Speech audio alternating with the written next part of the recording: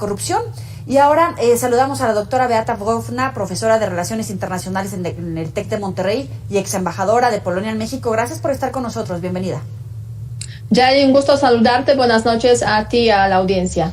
¿Qué le parece este discurso en donde pone México en la mesa el combate a la corrupción como una de las medidas para evitar círculos viciosos como pobreza, como violencia, etcétera? Mira, es un discurso muy esperado porque es la primera vez que el presidente de México participa en las Naciones Unidas, específicamente en el Consejo de Seguridad de las Naciones Unidas, coincidiendo ese discurso con la presidencia mexicana en este organismo, cuyo objetivo es básicamente preocupación por el mantenimiento de la paz y la seguridad. Ahora bien, el discurso del presidente, la verdad es que contiene varios puntos que yo diría están bastante desapegados de la realidad que viven las Naciones Unidas y que vive el Consejo de Seguridad. En ese sentido, yo creo que no cabe duda que hay que hablar sobre el tema de la exclusión, el tema de la desigualdad, el tema de la corrupción también, pero pues de alguna forma hay que ser realista, qué es lo que se puede y lo que no se puede hacer en las Naciones Unidas y en el Consejo de Seguridad. En ese sentido, yo diría que es un discurso muy idealista. Convoquemos a todos, cobremos a algunos y demos dinero a los pobres para que salgan de la pobreza. Ojalá las soluciones fueran tan simples y tan sencillas como lo presentó el presidente de México en el Consejo de Seguridad. La realidad es mucho más compleja y la verdad es que lo hemos visto precisamente en las respuestas que surgieron a raíz de la presentación del discurso del presidente de México. La más dura fue de parte de Rusia, sí. Una visión súper realista, duramente realista, en la cual pues el embajador, el representante de Rusia ante las Naciones Unidas dijo claramente: si queremos hacer lo que se propone aquí, sería como parchear agujeros, básicamente, porque la verdad es que el Consejo de Seguridad y las Naciones Unidas, pero sobre todo el Consejo de Seguridad, tiene ciertas encomiendas de acuerdo con, digamos, el documento fundador de esa organización y de ese órgano, y no se puede salir mucho más de de esas encomiendas. Entonces, idealismo muy bien, pero seamos también realistas. De hecho, el embajador de Rusia decía que no era el espacio para que el presidente de México hablara de ese tema, que el Consejo de Seguridad de la ONU tiene otros fines. ¿Es así?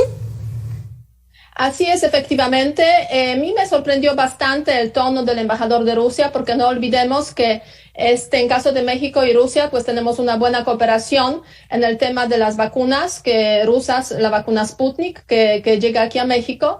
Además, México pues lleva meses haciendo llamamientos a la Organización Mundial de Salud precisamente para que esa organización apruebe la vacuna rusa, y de repente en el Consejo de Seguridad, cuando llega ahí el presidente, pues hay ese discurso tan duro del embajador de Rusia. Entonces, eso no me parece tan correcto en esa relación bilateral. Ahora bien, no es el único país que habló después del presidente de México en el contexto del Consejo de Seguridad. Hay, por ejemplo, Noruega, una participación muy interesante, donde pues la representante de Noruega dijo claramente que coincide con la necesidad de hablar sobre las raíces de los conflictos, sobre el tema de la desigualdad, porque eso coincide un poco con lo que, digamos, con el mensaje del secretario general de las Naciones Unidas, quien hace algunos meses propuso un documento para reformar, para cambiar las Naciones Unidas, para que sea una organización mucho más eficaz, mucho más efectiva y mucho más, se puede decir, dedicada a combatir los problemas reales en el mundo. Entonces hay perspectivas muy distintas sobre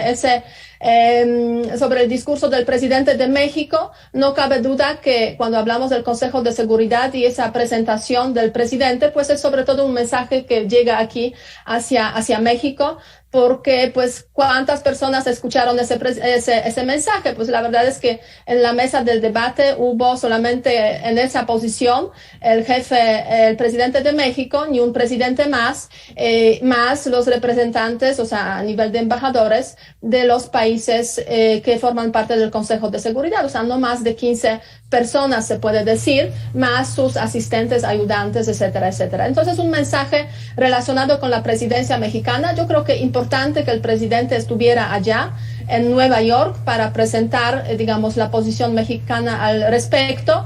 de alguna forma es, digamos, la perspectiva del presidente de México sobre lo que hace en México, aplicándolo a las relaciones internacionales, una receta, digamos, mexicana para el mundo, que no necesariamente pues puede funcionar porque el mundo es mucho más complejo, claro, podríamos decir. Incluso si lo vemos aquí en México, pues tampoco hasta ahora ha funcionado tan bien como lo estaría presentando el presidente. Claro, muchísimas gracias, embajadora, por estos minutos para el auditorio de Mega Noticias. Muy buena tarde.